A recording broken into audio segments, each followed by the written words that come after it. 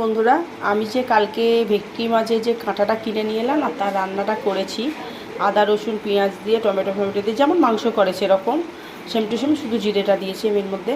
তো যাই হোক বন্ধুরা, আমার ভেটকি মাছের কাঁটার রান্নাটা কেমন হয়েছে তোমাদের তোমরা কমেন্টে জানাবে, খেয়ে বলবো কেমন হয়েছে, আরও খেয়ে বলবো।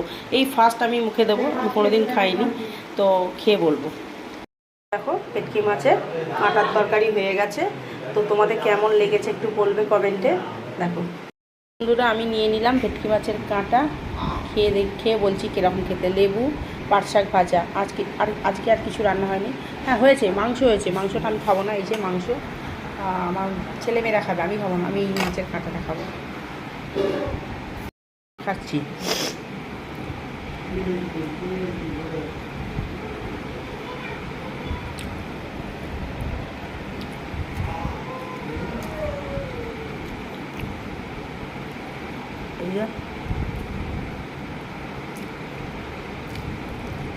ভালো, খেতে খারাপ না, যেমন রুই মাছের কাঁটা খেতে লাগে সেরকমই খেতে, তবে ভালো, খারাপ না।